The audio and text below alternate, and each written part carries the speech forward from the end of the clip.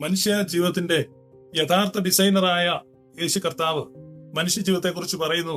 ലൂക്കോസിന്റെ സുവിശേഷം 12:15 സമ്പത്ത് കൊണ്ട് മാത്രം ഒരു മനുഷ്യ ജീവിതവും ധന്യമായി തീരുന്നില്ല.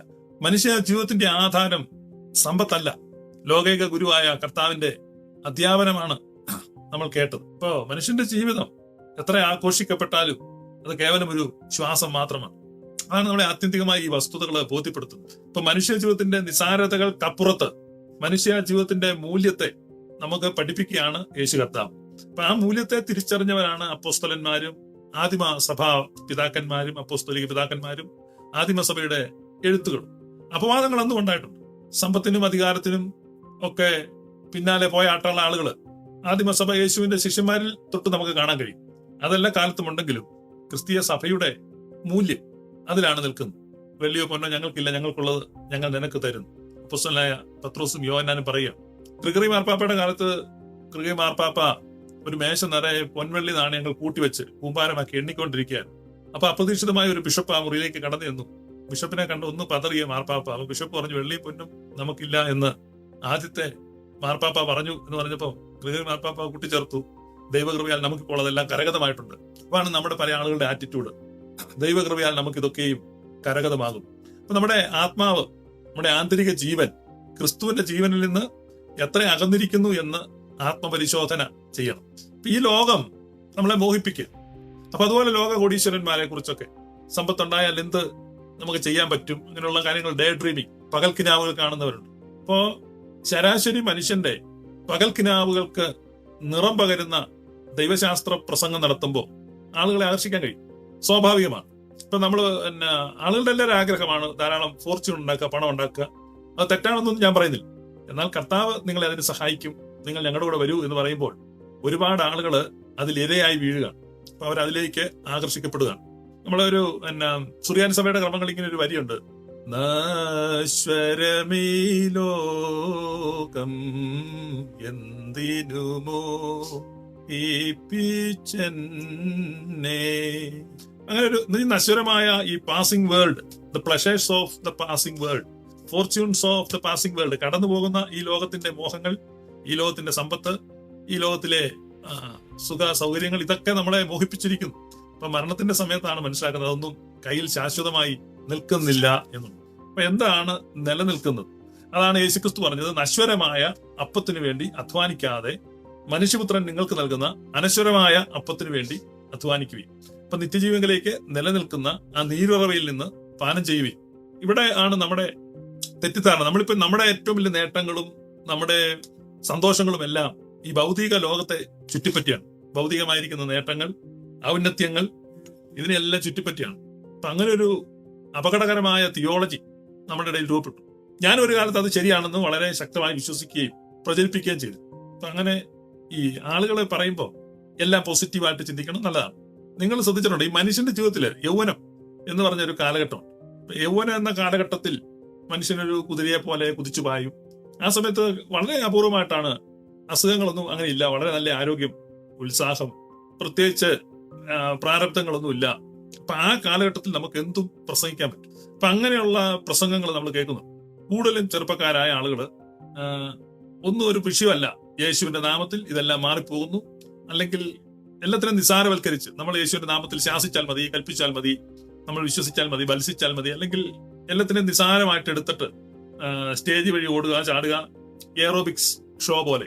അപ്പൊ നമ്മളെ ഓഡിയൻസിനെ അതിനനുസരിച്ച് പ്രേരിപ്പിക്കും, കൈയടിക്കുക, ചാടുക, ഒച്ച വെക്കുക. കാരണം അവർ പറയുന്നത് ഇതെല്ലാം സാധിച്ചിരിക്കുന്നു, യേശുവിലെല്ലാം സാധ്യമാണ്, ക്രിസ്തുവിൽ ഇതെല്ലാം സംഭവിക്കും. നിങ്ങൾ എപ്പോഴും അത് ശ്രദ്ധിക്കണം. ഈ തരം ആഹ്വാനങ്ങളെല്ലാം നടത്തുന്നത് ഈ ലോകത്തിൽ വളരെ ചെറുപ്പക്കാരായ ആളുകളാണ്. കൂടുതലും ബാച്ചിലേഴ്സ് ആയിരിക്കും, അല്ലെങ്കിൽ ജസ്റ്റ് മാരീഡ് ആയിട്ടുള്ള ആളുകൾ. അവരെ സംബന്ധിച്ച് ജീവിതത്തിൽ വലിയ പ്രശ്നങ്ങളൊന്നുമില്ല. അത് തന്നെ ഇഷ്ടം പോലെ പണം ഈ തരത്തിൽ കുമിഞ്ഞു കൂടുന്നുണ്ട്. അവരിങ്ങനെ ആളുകളെ ഉത്സാഹിപ്പിക്കുക നിങ്ങൾക്ക്. പക്ഷെ മനുഷ്യ ജീവിതത്തിന്റെ യാഥാർത്ഥ്യം, ഇപ്പൊ കേരളത്തിലൊരു പ്രമുഖ ഈ എന്നാ പറയുന്നത്, ഇപ്പം പ്രത്യേകിച്ച് ഇപ്പൊ കാർഡിയോളജിസ്റ്റ്, യൂറോളജിസ്റ്റ്, നെഫ്രോളജിസ്റ്റ്, അങ്ങനെയൊക്കെ നമ്മൾ പറയുന്നത്. ഇപ്പൊ ഇതിനിപ്പോ എന്തോ ഇങ്ങനത്തെ തിയോളജിക്ക് എന്നാ പറയുന്നേ, ഇവര് പ്രസംഗിക്കുന്ന ഒരുപാട് ഇന്തപ്പനാണ്ടി ഉണ്ട്. അപ്പൊ അതുകൊണ്ട് ഇന്തപ്പനാണ്ടിയോളജിസ്റ്റ് എന്ന് വേണം പറയാം. അപ്പൊ ഈ ഇന്തപ്പനാണ്ടിയോളജിസ്റ്റ് ആയിരിക്കുന്ന ഒരു യുവ സുവിശേഷകൻ, അദ്ദേഹത്തിന് കല്യാണം കഴിഞ്ഞൊരു കുഞ്ഞുണ്ടായിട്ടുണ്ട്. അപ്പം യങ് കപ്പിളാണ്. അപ്പൊ അദ്ദേഹത്തിന്റെ കൊച്ചിന് രാത്രിയിൽ ചെവിക്ക് വേദന. ചെവിക്ക് വേദന വന്ന് രാത്രി 2 മണിക്ക് ഒരു ഡോക്ടറെ വീട്ടിൽ ചെന്ന് ഡോക്ടറൊക്കെ നല്ല കൂർക്കം വലിച്ച് അന്യമതസ്ഥനായ ഡോക്ടർ ഉറങ്ങുക. അപ്പൊ ഡോക്ടറെ കഥകെ തട്ടി ജനലെ തട്ടി ആകപ്പാടെ വേണം. അയലക്കാർ വരെ ഉണർന്നു. ഡോക്ടറെ കഥകവും ജനലും എല്ലാം ഇടിച്ചു പൊളിച്ച് ഡോക്ടർ എഴുന്നേക്കുമെന്ന് പറഞ്ഞ് കാറി കൂവി. ഡോക്ടറാണെങ്കിൽ കൊടുത്തിരുന്ന തുണി എങ്ങാണ്ട് നിന്നൊക്കെ തപ്പി എടുത്ത് കഥകൊക്കെ തുറന്നത് വിഷയല്ല.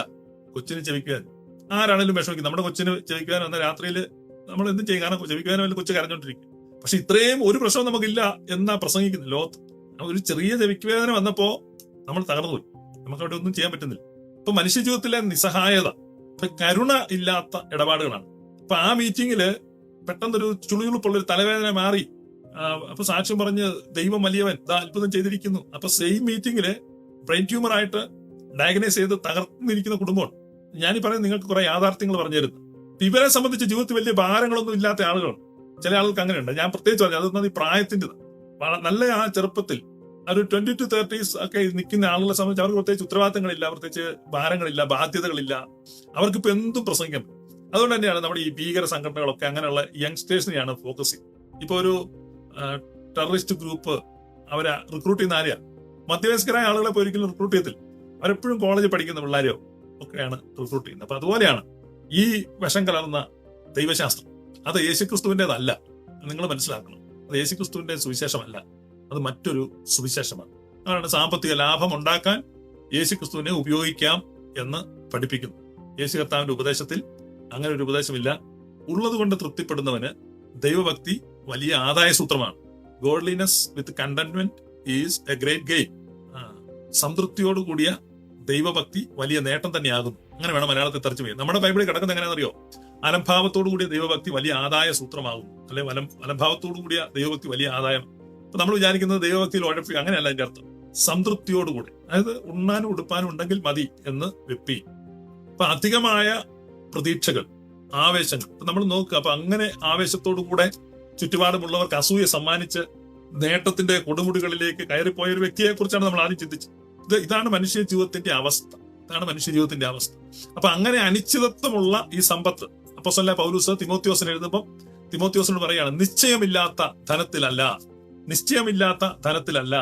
അപ്പൊ ഈ ധനവാന്മാരോടുള്ള ദൂത് പൗലോസ് അപ്പോസ്തലൻ തന്റെ ശിഷ്യനായിരിക്കുന്ന തിമോത്തിയോസിനോട് പറയാണ്, നീ പറയണം, ഈ ലോകത്തിലെ ധനവാന്മാരോട് നീ പറയണം, നിശ്ചയമില്ലാത്ത ധനത്തിലല്ല, സകലതും നമുക്ക് ധാരാളമായി അനുഭവിക്കാൻ തരുന്ന ദൈവത്തിൽ തന്നെ ആശ്രയിക്കണം. 1 തിമോത്തിയോസ് 6:17. ഈ ലോകത്തിലെ ധനവാന്മാരുടെ ഉന്നതഭാവം കൂടാതെ ഇരിപ്പാനും നിശ്ചയമില്ലാത്ത ധനത്തിലല്ല, നമുക്ക് സകലവും ധാരാളമായി അനുഭവിക്കാൻ തരുന്ന ദൈവത്തിൽ ആശ വെപ്പാനും നന്മ ചെയ്യുവാനും സൽപ്രവൃത്തികളിൽ സമ്പന്നരായി ദാനശീലരും ഔദാര്യമുള്ളവരുമായി സാക്ഷാലുള്ള ജീവനെ പിടിച്ചുകൊള്ളേണ്ടതിന് വരും കാലത്തേക്ക് നല്ലൊരു അടിസ്ഥാനം നിക്ഷേപിച്ചു കൊള്ളുവാനും ആജ്ഞാപിക്കും. ഇതാണ് ഇപ്പൊ എന്നെ കേൾക്കുന്ന നിങ്ങളിൽ സമ്പത്തുണ്ടെങ്കിൽ നിങ്ങളോട് പരിശുദ്ധ റൂഹ പറയുന്ന ഇതാണ്. നിങ്ങൾ എന്ത് ചെയ്യണം?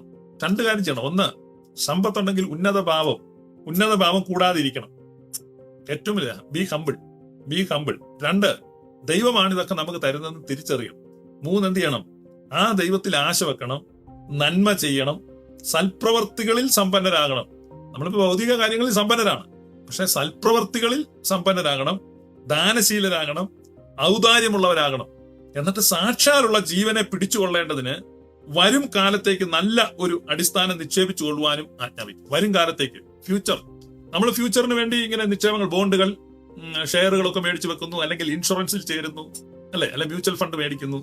ഭാവി കാലത്തേക്ക്, വരും കാലത്തേക്ക്. വിശുദ്ധ പൗലോസ്ലീഹ നമ്മെ ഓർപ്പിക്കുകയാണ്, വരും കാലത്തേക്ക് നമ്മൾ എവിടെ നിക്ഷേപിക്കണം? വരും കാലത്തേക്ക് നമ്മൾ സാധുക്കളിൽ നിക്ഷേപിക്കണം. പാവപ്പെട്ടവരിൽ, പാവങ്ങളായിരിക്കുന്ന ആളുകളിൽ യു ക്യാൻ ഇൻവെസ്റ്റ്. നിങ്ങൾക്ക് പണം നിക്ഷേപിക്കാൻ കഴിയും. ആ നിക്ഷേപം വരും കാലത്തേക്കുള്ള ഒരു ഫൗണ്ടേഷൻ ആയിരിക്കും. അപ്പൊ അതാണ് ടീച്ചിങ്, ധനവാന്മാരോടുള്ള ഒരു ഉപദേശം. നമുക്കത്ര ഇഷ്ടപ്പെടുന്ന ഉപദേശമൊന്നും അല്ല ബൈബിളിന്റെ. ബൈബിളിൽ പറയുന്നത് പണക്കാരോട്, പണമുള്ളവർ ഒത്തിരി പേരെന്നെ കേൾക്കുന്നുണ്ടായിരിക്കാം. അപ്പൊ പണമുള്ളവർ മനസ്സിലാക്കുക, അല്ലെങ്കിൽ കുറച്ച് കഴിയുമ്പോൾ കേൾക്കുമായിരിക്കും. പണമുള്ളവരോട് പറയുന്നത് ഇതാണ്. അപ്പൊ പണമുള്ളവരോട് പറയുന്ന അനദർ ഗോസ്പൽ പറയുന്നത് നിങ്ങൾക്ക് കൂടുതൽ പണം ആർജിക്കാൻ കഴിയും, കൂടുതൽ അനുഗ്രഹിക്കപ്പെടുക എന്നാണ് അതിന് പറയുന്ന ടേം. അപ്പൊ കൂടുതൽ പണം സമ്പാദിക്കുക എന്നുള്ള ആ ഒരു ലക്ഷ്യം, അതുകൊണ്ടുള്ള പ്രയോജനം എന്താണെന്ന് ഇവരാരും പറയുന്നില്ല. കൂടുതൽ പണം സമ്പാദിക്കുന്ന ആളുകൾക്ക് ഇത്തരത്തിലുള്ള പ്രയാസങ്ങളാണ് ഉണ്ടാകുന്നത്. മനുഷ്യ ജീവിതം വളരെ ചെറുതാണ്. ആ ചെറിയ ജീവിതത്തിൽ നമുക്ക് സംതൃപ്തമായി ജീവിക്കാൻ അത്രയൊന്നും ആവശ്യമില്ല എന്നുള്ളതാണ് നമ്മെ പൗലോസ്ലീഹ പഠിപ്പിക്കുന്നത്. ഇപ്പൊ പൗലോസ്ലീഹ മോശക്കാരനാണെന്ന് ചില പറഞ്ഞു നടക്കുന്നു. അദ്ദേഹം പറയുന്നുണ്ട്, ഞാൻ ഞെരുക്കത്തിലിരിക്കാനും സമൃദ്ധിയിലിരിക്കാനും ഞാൻ ശീലിച്ചിരിക്കുന്നു. ഉള്ളത് കൊണ്ട് തൃപ്തിപ്പെടുന്നവന് ദൈവോക്തി വലിയ നേട്ടം.